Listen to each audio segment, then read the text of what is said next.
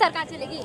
अब शर्मा जी को गणित नहीं आता तो मैं क्या करूं? मुझे नहीं आता। अगर मेरी गलती है, गणित आप ना पढ़े तो गलती मेरी नहीं है। एक बात बताइए, ये जितनों का आंकड़ा जोड़ते 234 के पार नहीं पहुंच पाते मैडम, और एक अकेला सब पर भारी शर्मा जी 240। और सुनिए शर्मा जी आप लोग कहते हैं चच्चा पलट जाएंगे, लेकिन शर्मा जी आपको बता दे, चच्चा लौट कर वो एनडीए में ही आते हैं। चच्चा सबके थे, अब चच्चा हमारे हैं और हमारे ही रहेंगे। और मेरा नायडू जी सुनो कक्का, जब नायडू जी भाजपा से दूर हटे, वो सत्ता से भी दूर हटे, और जब भाजपा में तो देखिए आंध्र प्रदेश में भी शपथ ले लिया। अरे शर्मा जी मोदी के पास आपके हिसाब से दो बैसाखी और कांग्रेस के पास भैया बैसाखी 20 बैसाखी पे कैसे चलेंगे बता दो, दिखा दो। सिर्फ 2 बैसाखी नहीं, ये जो बात कह रहे हैं ना, एक अकेला सब पे भारी, बोलने दो, चलो इनका बोलने दो पहले, इनका नहीं तो बेबी आई ये, क्योंकि इसी पे ये कहते हैं शर्मा जी एनडीए चुनाव से पहले एनडीए की बात कर रहा है मोदी को। चंद्रबाबू का नेता कौन था? मोदी। चिराग पासवान का नेता कौन था? मोदी। जीतन राम मांझी का नेता कौन था? मोदी। पूरे भारत का नेता कोई था तो मोदी। और दिल्ली वाले से पूछे केजरीवाल से नेता कौन, पता नहीं। राहुल बाबा से पूछे नेता कौन, पता नहीं। अखिलेश से पूछे नेता कौन, पता नहीं। और शर्मा जी, अकॉर्डिंग टू शर्मा जी, ये गणित का हिसाब होता है। अकॉर्डिंग टू शर्मा जी, अगर मान लीजिए राहुल जी प्रधानमंत्री आपने उनको घोषित कर दिया और अखिलेश भैया घसक गए तो, और उसके बाद नीतीश चाचा ने आपको समर्थन दे दिया, चंद्रबाबू नायडू घसक गए तो, और बात सूत्रों के हवाले से खबर कांग्रेस के जितने सांसद हैं सबके पीछे कांग्रेस ने अपने कार्यकर्ता छोड़ रखे हैं। कहीं उनके पास कोई अमित शाह जी का फोन तो नहीं आ रहा इसके लिए। मतलब ऐसी बातें कर रहे हैं जो अच्छे एंटरटेनर बहुत बढ़िया है कि कांग्रेस के सभी सांसदों के पीछे कार्यकर्ता छोड़ रखे हैं। कार्यकर्ता उनका भी चेकआउट कर रहे हैं कि उनका मोबाइल पे फोन आ रहा है नहीं आ रहा। मेरे मोबाइल पे फोन मैं सुन रहा हूँ कोने में जाके, किसी को पता चलेगा? हाँ, सीधी सी बात है। बात ये है कि अगर आप राहुल गांधी को प्रधानमंत्री अगर चुन भी लेते हैं, अखिलेश यादव जी पलट गए तो क्या होगा? पलटना होता तो उन्होंने पहले ही पलट जाते। जब ये बार ये गठबंधन ने आकार लिया था, गठबंधन की शुरुआत से ही बार ये सब लोग कह रहे थे कि गठबंधन नहीं बने। अरे सुन लो यार, सबने ये बात बोली थी कि गठबंधन नहीं बनेगा। गठबंधन अभी बिखरा। उसके बावजूद भी गठबंधन बना, बकायदा चुनाव लड़ा गया, जीत हासिल करी गई। अब इनके मन में कोई बात नहीं, चलता रहना चाहिए। अच्छा है, इनको बूस्ट मिलता है, एनर्जी बूस्ट होती है इनकी कि हाँ ऐसा हो जाएगा वैसा हो जाएगा। अखिलेश यादव जी और उन्होंने साथ से राहुल गांधी जी ने मंच शेयर करा, साफ उन्होंने एक दूसरे के हाथ में सत्ता थमाई है, क्लियर कर दिया हम साथ हैं तो साथ हैं। और रही बात जो हमारे ऊपर शंका जाहिर कर रहे हो कि ये इधर भागेगा वो इधर भागेगा, तो तुम भी तो भाई 38 पार्टियों को कुनवा लेके बैठे हो, तुम्हारी पार्टी क्यों नहीं छोड़ के जा सकती? आज की ब्रेकिंग न्यूज, शर्मा जी आप इंडिया गठबंधन की बात करते हैं। इसी दिल्ली में जिस दिल्ली में आप खड़े हैं, कांग्रेस और आपका गठबंधन था। आज कांग्रेस रोड पे थी, हाथ में तख्तियां थी, उस पर लिखा था केजरीवाल भ्रष्टाचारी है। ये आपके इंडिया गठबंधन की हकीकत है। और उनकी 3 लोकसभा सीटें, अरे अगर आपने केजरीवाल को भी प्रधानमंत्री नहीं बनाया, अगर वो 3 भी घसका ले गए तो क्या होगा? हमारे गठबंधन में सुन लो फर्क क्या है। इनके गठबंधन में फर्क ये है कि दिल्ली में लड़ते हैं, पंजाब में अलग होते हैं, दिल्ली में लड़ते हैं, बंगाल में अलग होते हैं। ये गठबंधन चलता है। गठबंधन हमारा चला नीतीश के साथ, चंद्रबाबू नायडू के साथ, जो उसको एनडीए नाम है। इनके गठबंधन भर के गालियां दे रहे थे। अमित शाह कह रहे थे नीतीश के लिए कि इनके लिए दरवाजे हमारे लिए हमेशा बंद हो गए। वही नीतीश कुमार जी ने प्यारे लग रहे हैं, जो कह रहे हैं वही नीतीश कुमार जी ने प्यारे लग रहे हैं, जिन्होंने कहा था मैं मर भी जाऊंगा तो भी मैं एनडीए में नहीं जाऊंगा। अब ये उन लोगों की बात पे उनके ऊपर अपने कॉलर खड़े कर रहे हैं, ठीक है कॉलर खड़े करते रहिए, कोई बात नहीं। अभी हकीकत आपके सामने आ जाएगी। जैसे आपके 400 पार के गुब्बारे को फोड़ा है, जैसे आपके 400 पार के गुब्बारे को फोड़ा 240 पे टिका दिया है, वैसे ये भी 6 महीने के अंदर अंदर इस सरकार को भी घुटनों पे टिका देंगे, चिंता ना करो। ये जो बोल रहे हैं कि 400 पार की गुब्बारा फोड़ दिए, कौन टेकेगा? शर्मा जी अभी टेक दिए जा रहे हैं, घुटने टेक के भी जा रहे हैं शर्मा जी। इन्होंने कहा सबसे पहले आएंगे तो लूटेंगे, पहले करेंगे लूटेंगे। अरे खिलाने का काम तो कांग्रेस किया 50 साल। शर्मा जी देंगे जवाब कि कैसे कर दिया उन्होंने? बीजेपी लूटने वाला है, लूटे उन्होंने लूटे हैं।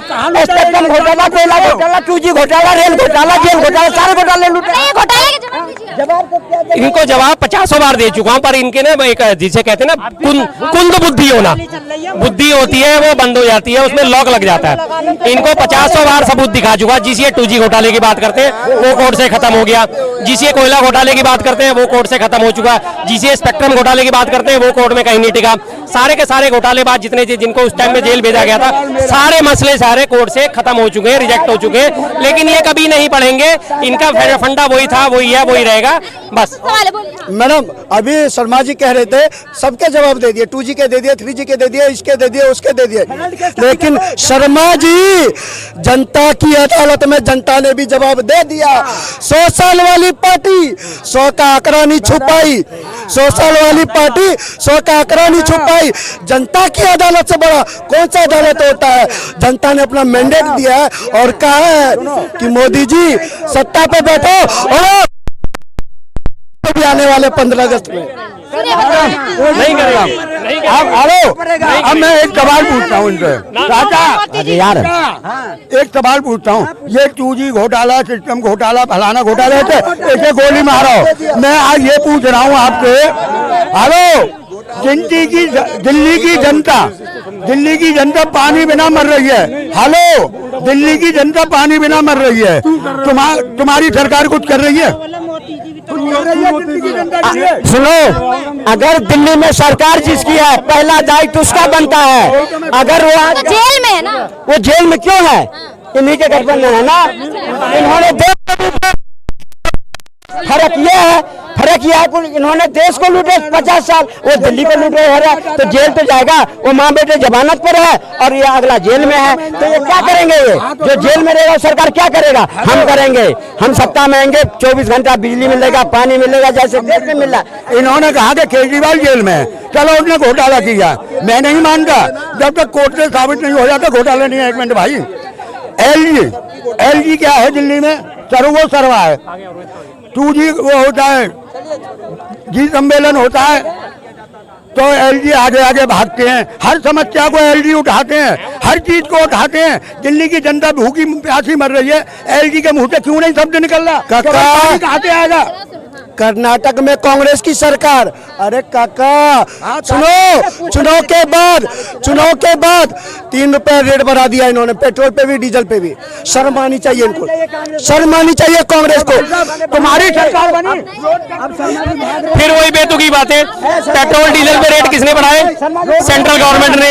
इन्हें यही नहीं पता सेंट्रल गवर्नमेंट है क्या है क्या नहीं है, इनको कोई जानकारी नहीं है, सिर्फ बोलने से मतलब है, सिर्फ बोलने से मतलब। 99 का आंकड़ा छूते ही पेट्रोल पे भी 3 रुपए बढ़ा दिया, डीजल पे भी बढ़ा दिया। अरे शर्मा जी मानता हूँ, कहार में है बीजेपी, आप 99 के कर्नाटका में कांग्रेस की सरकार है, कर्नाटका में बढ़ा, देश में नहीं बढ़ा है, कर्नाटका में बढ़ा है। और इनको मैं बता दूं, ये बड़े प्रवक्ता बनते हैं। अरे कक्का कर्नाटका में कांग्रेस की सरकार है, आपको खटाखट पैसा देना चाहिए था, वहाँ भी। एक बात और बता दूं, सारी बात छोड़ो। आज कांग्रेस जितने किसानों के लिए उकसाया, लड़ाया किसानों को, आज सबसे पहले करना तू हिमाचल में कर, कर्नाटक में कर, वहाँ भैया हमारे कक्का को 15 लाख चाहिए। सुनो 15 लाख का कोई फॉर्म भरा था क्या? 15 लाख का कोई फॉर्म भरा था क्या? भैया देखो मैडम, 1 लाख का फॉर्म भरा था। एक मिनट मैडम, इन्होंने कह दी कर्नाटक में तेल के पैसे बढ़ गए, मैं मान लेता हूँ। इलेक्शन हुए, सरकार बनी, मोदी जी बहुमत में आए, जैसे भी आए, 2 रुपए दूध पे बढ़े, रोड टैक्स पे बढ़े, इनके एक मिनट चुनाव से पहले बढ़े, अरे डीजल से पहले बढ़े, रिजल्ट से पहले बढ़े, रिजल्ट से पहले बढ़े। इनका मुंह बंद करो तुम, है ना। इन्हें वो नहीं दिखा कि भाई 2 रुपए दूध में बढ़ा दिए और 5% टैक्स पे बढ़ा दिया, रोड टैक्स। कर्नाटका में तेल का रेट क्यों बढ़ा? कर्नाटका में क्या तेल लेने, देख लिया, ये देख लो, कर्नाटका में कांग्रेस की सरकार, कर्नाटका गया तेल लेने। और अगर मोदी जी कहे देश गया तेल लेने, तो ये लोग क्या बोलेंगे? ये सर आरएसएस जो है अभी बीजेपी को मतलब सपोर्ट नहीं कर रही है, और पूरा जब चुनाव चल रहा था तब एकदम चुप थी, और चुनाव के रिजल्ट जैसे आए और बोलना शुरू कर दिए, तो क्या लगता है कि कहाँ मतभेद हो गया है दोनों बीच? बीजेपी के जो नेता है उनके अहंकार के कारण।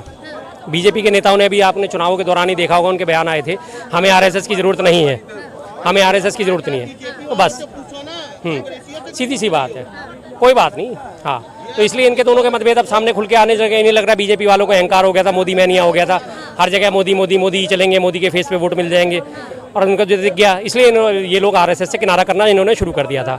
लेकिन आरएसएस जो इनकी बेसिक पेरेंटल पार्टी है, जड़ है, अब जड़ से ही आप अगर विमुख हो जाओगे तो पेड़ कैसे रहेगा? क्या लगता है कि अब आरएसएस इसमें इन्वॉल्व हो गई तो सरकार कितना दिन तक चलेगी? सरकार की तो मैं आपसे बार बार कह रहा हूँ, 24/12/2024 एक्सपायरी डेट है, मात्र 6 महीने। लास्ट उत्तर प्रदेश में सरकार कांग्रेस भैया की बनेगी, जिंदाबाद रहेगी, अखिलेश भैया और राहुल भैया जिंदाबाद। अभी तो कहाँ सरकार नहीं है ना, अभी मोदी योगी जी चल रहे हैं, अभी योगी जी ही चल रहे हैं जी। 6 महीने मैक्सिमम है, 6 महीने मैक्सिमम, 6 महीने चलेगी। आपको 1 मिनट, लोग तो कह रहे हैं कि नीतीश कुमार और चंद्रबाबू नायडू पलटेंगे ही नहीं, तो सरकार गिरेगी कैसे? लोग ही तो कह रहे हैं, वो तो हमें पता है ना, पलटेंगे क्यों नहीं पलटेंगे।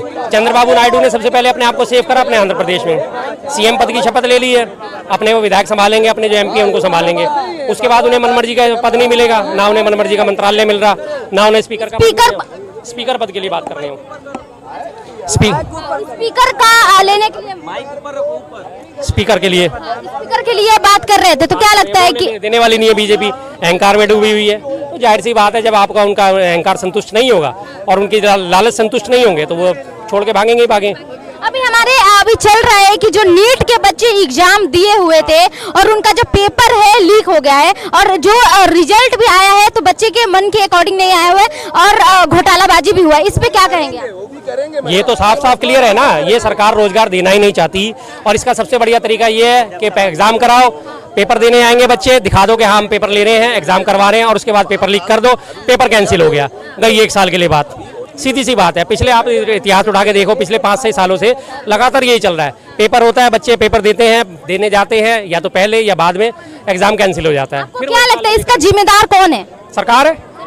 लोग तो कह रहे हैं कि हर चीज का जिम्मेदार सरकार कैसे हो? जाहिर बात है, पेपर मैं तो नहीं करा रहा, पेपर भाई साहब तो नहीं करा रहे, पेपर कोई प्राइवेट आदमी तो नहीं करा रहा, सरकारी एजेंसी तो पेपर करा रही है, तो सरकार क्यों नहीं जिम्मेदार होगी? जब पेपर सरकार कंडक्ट करा रही है तो सरकार ही जिम्मेदार होगी। अगर पेपर सरकार नहीं करा रही होती तो हम किसी दूसरी एजेंसी पे ठीकरा फोड़ते, टीसीएस करा रही होती, Tata consultancy services Kashi exam कराती है, लेकिन हमेशा उसके एग्जाम खरे उतरते हैं, कोई लीकेज नहीं होती, कुछ नहीं होता। इसमें क्या लगता है, मतलब पैसा लेके अब बच्चों का नंबर ग्रेस मार्क दिया गया है कि क्या सीन है?